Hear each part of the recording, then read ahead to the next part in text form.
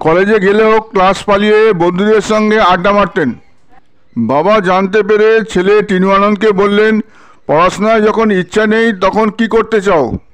টিনুবাবু বললেন, আমি সিনেমার পরিচালনার কাজ শিখতে চাই। বাবা বললেন, আমার 3 জন পরিচালকের সাথে জানাশোনা আছে।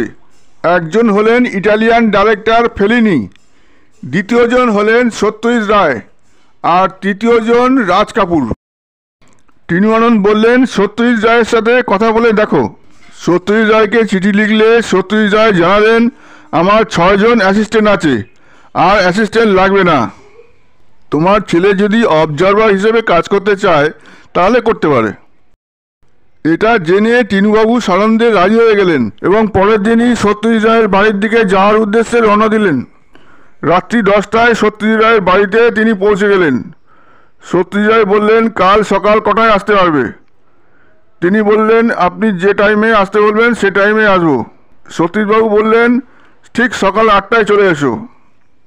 পরের দিন ঠিক সকাল 8টায় সত্যজিৎ রায়ের বাড়িতে টিনুবাবু হাজির হলেন।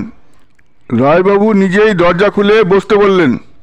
তারপর বললেন, তুমি এখানে একটু বসো, আমি একটু টাইপ করে নিই।